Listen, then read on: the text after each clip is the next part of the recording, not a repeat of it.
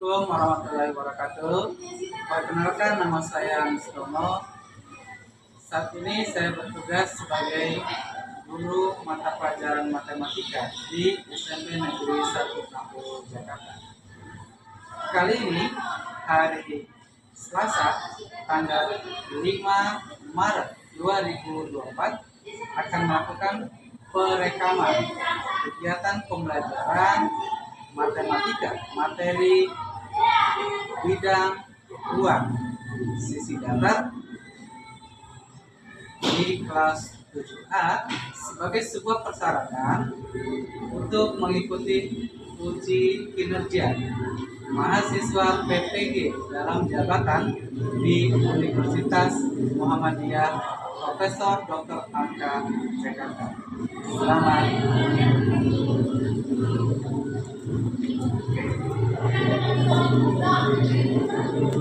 Assalamualaikum warahmatullahi wabarakatuh. Perkenalkan, nama saya Mistono. Saat ini saya bertugas sebagai guru mata pelajaran matematika di SMP Negeri 160 Jakarta. Kali ini hari Selasa tanggal 5 Maret 2024 akan melakukan perekaman kegiatan pembelajaran matematika materi bidang ruang sisi datar di kelas 7A sebagai sebuah persyaratan untuk mengikuti uji kinerja mahasiswa PPG dalam jabatan di Universitas Muhammadiyah Profesor Dr. Anka Jakarta. Selamat.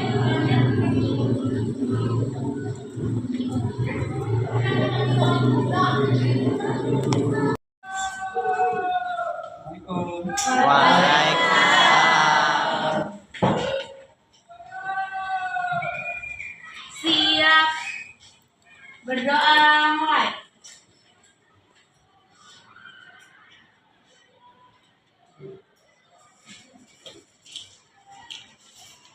Berdoa selesai. Memberi salam. Assalamualaikum warahmatullahi wabarakatuh. Waalaikumsalam warahmatullahi wabarakatuh. Semangat kalian happy hari ini. Kalau pintar matematika, mau sekolah dimanapun kan diterima. Kalau pintar matematika, mau kuliah dimanapun kan diterima. Jangan benci dengan matematika.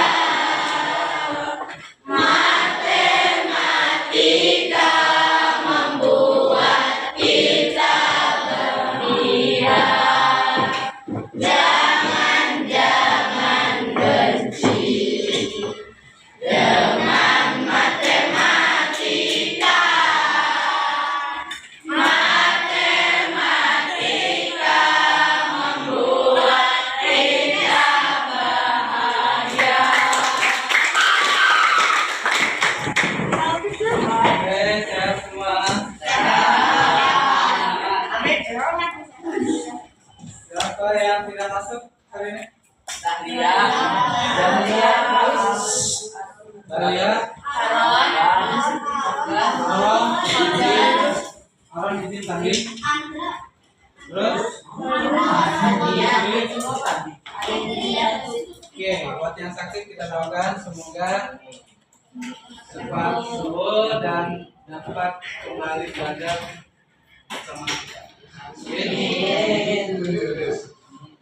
Untuk pembelajaran hari ini kita akan belajar tentang bidang ruang. Apa itu bidang ruang? Bidang ruang itu adalah suatu bentuk bidang di mana di dalamnya terdapat ruangan. Kalau sebelumnya kita bicara tentang bidang datar, ya nggak?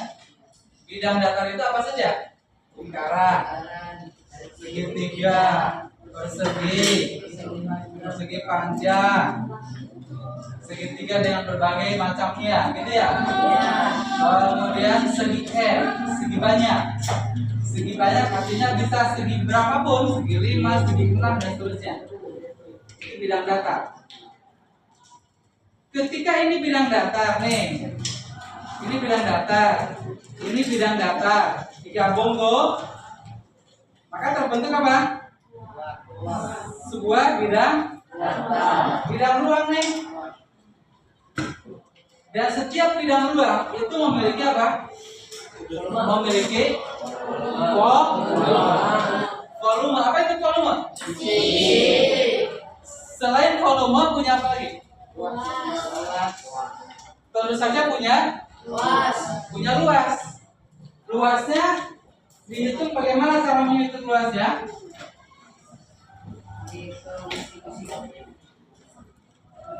Baik, coba kalian cermati dulu tentang bidang ruang sisi datar ini. Ada bidang ruang atau bangun ruang sisi datar. Ada juga bangun ruang sisi lengkung. Yang kita bahas hari ini adalah bangun ruang sisi datar. Apa bedanya? Ketika bidang ruang sisi datar terbentuk dari bidang-bidang yang datar, katakanlah ini misalnya, gitu, bergabung dia menjadi sebuah bentuk yang bidang datar. Berbeda halnya dengan ini. Punya isi nggak? Punya volume nggak? Apa buktinya? Bisa diisi air. Bahkan ketika airnya tidak ada pun, sebenarnya di dalamnya adalah ada isi apa? Udara, gitu ya. Karena kita tahu udara menempati ruang-ruang yang kosong, gitu ya. Tetapi ini sisi lengkung. Sisi lengkung berbeda dengan kotak atau bentuk-bentuk yang lain. Ini sisi lengkung. Kenapa dikatakan lengkung?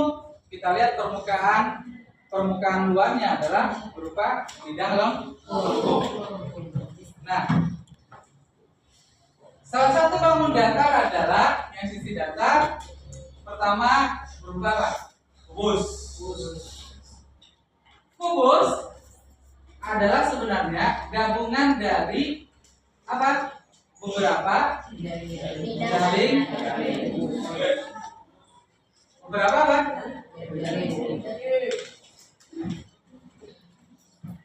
Pada dasarnya kubus itu kumpulan dari beberapa apa? Persegi. Polanya bisa begini, ya, bisa begini. Di kelas 4, 5, 6 SD kalian sudah belajar tentang jaring-jaring kubus, ya? Konsepnya adalah, coba bayangkan, sekedar mereview, mengingatkan. Kira-kira nih, kalau bentuk jaring-jaringnya macam begini nih, bagian alasnya yang mana? Hah? Ini alasnya nih, ya kan? Ketika ini dilekuk ke sini, gitu. Ini menjadi bagian belakang, ini menjadi bagian depan, ini menjadi bagian atas, dan ini menjadi bagian sisi sebelah sini. Ya nggak? Inilah salah satu jaring-jaring, pola jaring-jaring yang bisa membentuk sebuah kubus. Dan itu saya pikir sudah kalian pelajari di kelas berapa? Di dalam bidang ruang ada diagonal bidang, ada diagonal ruang nih. Coba perhatikan, apa bedanya antara AF ini A dengan F, kemudian A dengan G, AG, AF. Kenapa dikatakan diagonal bidang? Dikatakan diagonal bidang karena pada dasarnya ini, ketika ini sebuah bidang nih, ya, diagonal bidang itu mana? Diagonal itu kalau berupa kubus ini ke sini. Jadi dia memotong bidang. Tetapi diagonal ruang tentu saja dia memotong ruang. Itu bedanya. Ketika diagonal bidang, kalau berupa kubus macam ini nantinya bisa dicari menggunakan apa? Teori Pitagoras, gitu. Ya, kan siku-siku nih di sini. Ini bisa dicari dengan Pitagoras. Bagaimana dengan diagonal bidang? Diagonal bidang pun bisa dicari dengan Pitagoras. Contohnya apa? Nih, di mana dia siku-sikunya? CG. Halo? Ketika CG di sini sebagai sebuah sisi, gitu. Maka dari posisi C ke posisi A di sini, dari posisi C ke posisi A di sini, ini menjadi diagonal bidang bagian bawah kan? Ya enggak? Ketika diagonal bagian bawah, otomatis ini adalah 90 derajat. Sehingga AG juga bisa dicari melalui Pitagoras. Jadi kalau dalam soal nanti ada muncul berapa panjang diagonal ini, maka kita bisa mencarinya. Baik, berikut. Selain kubus apa lagi? Selain kubus, ada yang namanya apa tuh? Balok. Apa bedanya kubus dengan balok? Memiliki lebih panjang. Hal yang prinsip dari kubus adalah setiap sisinya sama panjang, ya enggak? Sementara balok ada satu bagian di mana dia satu bagian berupa panjang, lebar dan tinggi. Itu bedanya. Tetapi dalam jaring-jaringnya ini bisa kita ulas kembali.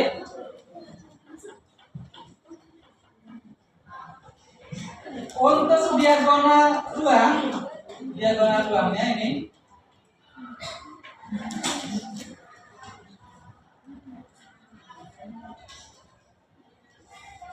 akar dari P kuadrat plus L kuadrat plus T kuadrat. Diagonal ruangnya mana? Artinya akar dari panjang dikuadratkan, kemudian lebar dikuadratkan, dan tinggi dikuadratkan. Itu untuk diagonal ruangnya. Berbeda dengan apa? Berbeda dengan kubus tadi. Untuk diagonal ruangnya, panjangnya adalah akar dari sisi kuadrat ditambah S kuadrat ditambah S kuadrat. Pada prinsipnya sama. Hanya ketika di dalam balok ini dianggap sebagai panjang, lebar, tinggi kan? Betul. Tetapi ketika di dalam kubus, sisi kali sisi kan? Ya. Halo.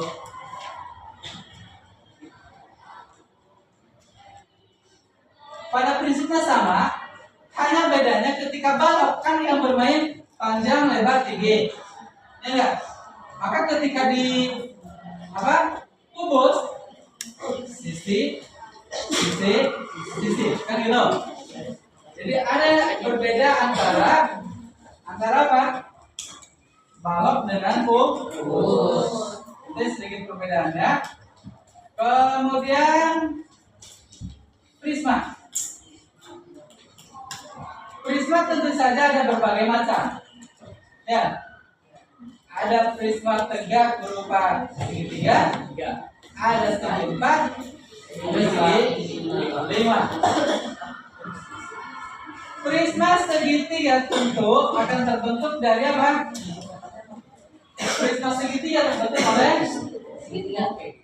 dua buah segitiga sebagai alas dan penutup. Ya. Kemudian sisi-sisinya mengikuti atas dan bawah. Berikut prisma segi empat, ada sebuah bentuk segi empat atas dan bawah sebagai alas dan penutupnya. Kemudian segi lima juga semacam itu, begitu seterusnya. Ada nggak prisma segi enam? Segi n ada. Ya, segi berapapun ada. Kalau kalian kemarin membentuk pola-pola macam ini nih, berarti ini menjadi prisma segi, untuk bintang berarti segi 5, gitu ya. Kalau ini segi berapa nih? 1, 2, 3, 4, 5, 6, 7 akan membentuk segi 7 kalau saja pola itunya sama, ya kan? Kalau bentuk bunganya sama, sudutnya sama, itu akan membentuk pola-pola yang segi yang sama. Berikut jumlah titik sudut untuk segi n. Jumlah titik sudutnya sama dengan 2n. Artinya apa? Ketika segitiga, maka titik sudutnya ada berapa? 2 kali n. 2 kali n berarti 2 kali 3 kan? 1, 2, 3, 4, 5, 6. Ada 6 titik sudut pada segi prisma segitiga. Ketika segi 4 berarti ada berapa titik sudutnya? 8. 1, 2, 3, 4, 5, 6, 7, 8. Ada 8 titik sudut. Kemudian prisma segi 5 pun begitu, berarti 2 kali 5, 10. Berapa jumlah bidangnya? Jumlah bidangnya adalah n plus 2. N plus 2, di mana n adalah seginya, tambah 2, logikanya adalah ada 2 penutup dan alas. Ya, ada alas dan penutup, ditambah seginya ada berapa? Gitu kan? Ketika ada segitiga, berarti ada 3 sisi. Bayangkan ini kiri, kanan, depan. Ya, ditambah 2. 2 itu yang mana? Alas dan penutup. Jumlah rusuk 3 kali n. 3 kali n artinya apa? Ketika ada segitiga, rusuknya mana? Prisma segitiga. Coba cek. 1, 2, 3, 4, 5, 6, 7, 8, 9. 3 kali 3 artinya ada 9. Jumlah rusuk untuk yang 4, prisma segi 4 berarti 3 kali n. 3 kali 4, 12. Kita buktikan. 1, 2, 3, 4, ya kan? 5, 6, 7, 8, 9, 10, 11. Itu untuk rusuknya. Volume ini ke konsep awal. Volume itu luas alas kali tinggi. Volume tidak ruang apapun selalu memakai konsep luas alas kali tinggi, kecuali kecuali yang memiliki titik puncak titik puncak yang lancip. Contohnya apa? Contohnya pada keruk limas. Limas luasnya sepertiga luas alas kali tinggi. Ini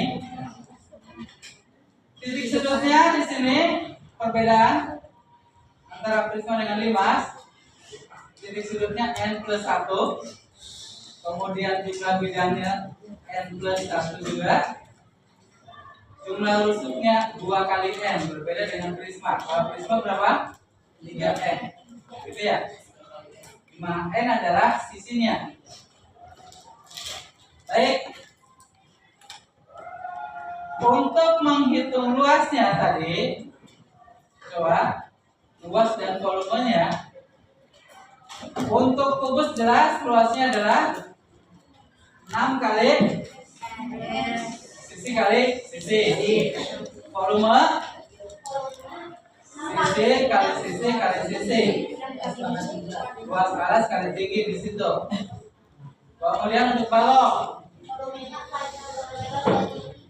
panjang kali 2 kali tinggi. Kelilingnya 4 kali panjang kali lebar kali tinggi. Untuk luasnya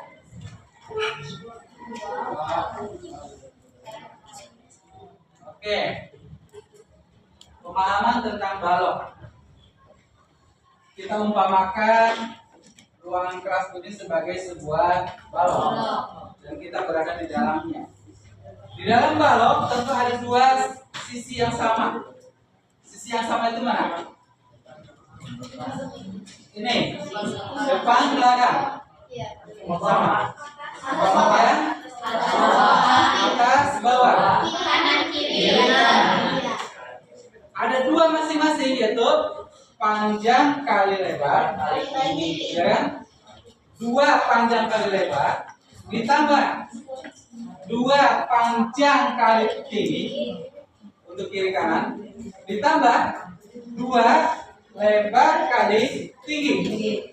Itu untuk apa? Luas dari balok. Adapun untuk volumenya tetap konsepnya adalah luas alas kali tinggi. Luas alasnya mana? Panjang kali lebar kan? Kali tinggi.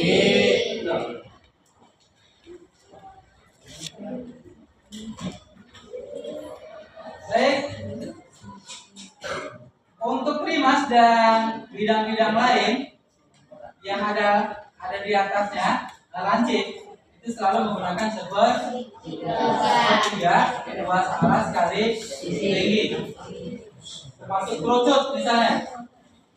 Ketika kerucut, ada sifat kerucut. Gitu? Kita tahu kerucut itu alasnya berupa apa? Berupa lingkaran. Luas lingkaran bagaimana? Luas lingkaran VR kuadrat. Berarti VR kuadrat sepertiga, gitu kan? Sepertiga VR kuadrat kali tinggi kali tinggi. Di mana tingginya itu akan didapatkan di sini. Gitu.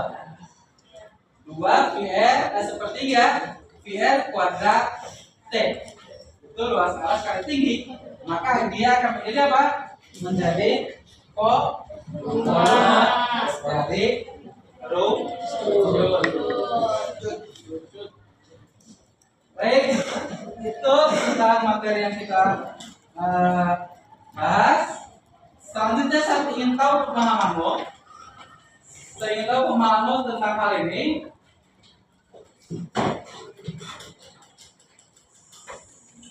Saya akan berikan soal. Silakan kamu kerjakan di apa namanya, Google Form. Oh, HPmu?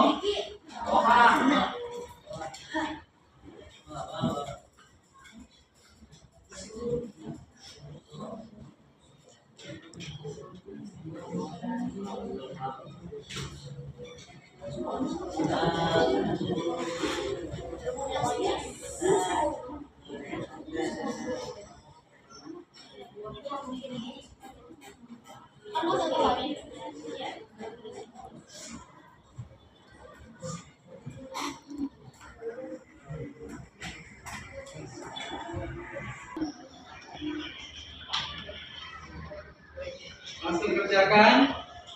Isi tokennya.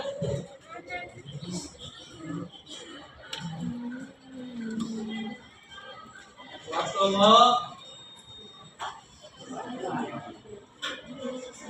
20 menit. Cukup?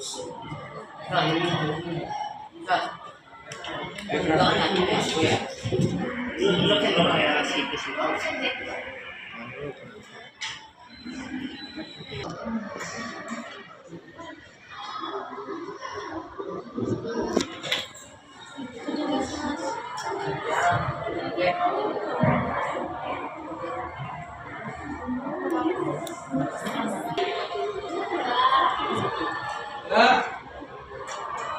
Sudah selesai semua? Belum? Nanya dulu nih. Setiap kamu keluar punya isi.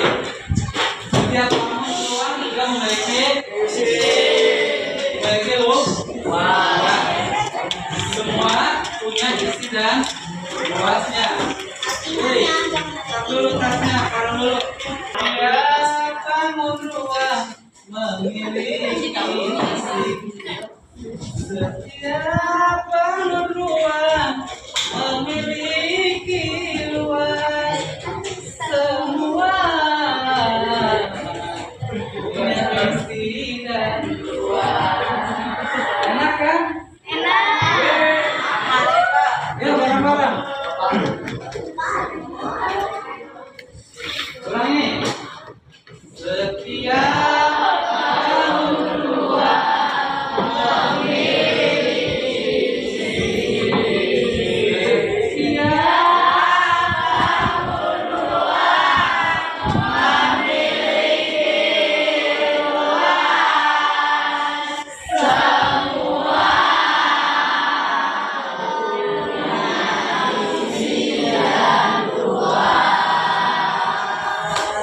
terus gimana?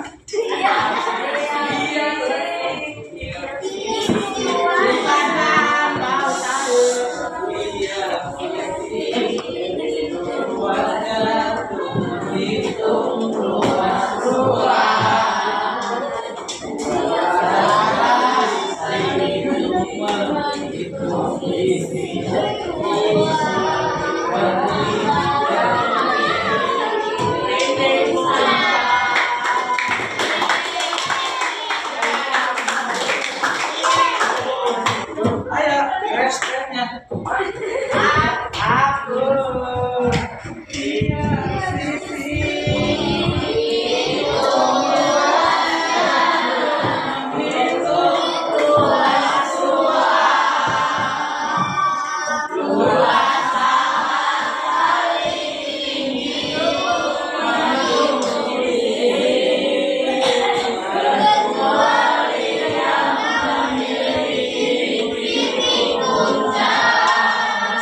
Maksudnya apa?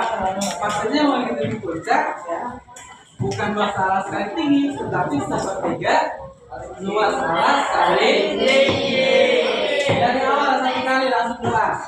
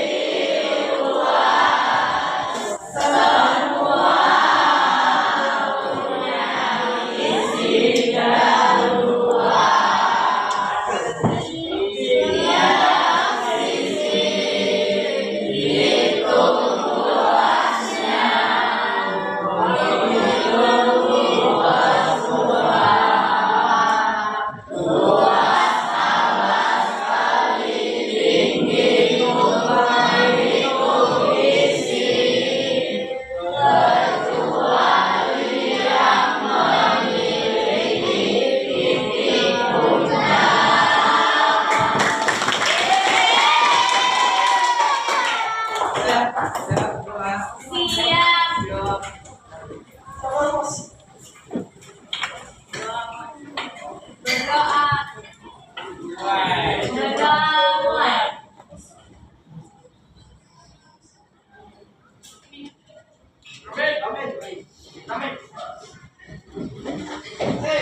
Berdoa selesai. Memberi salam.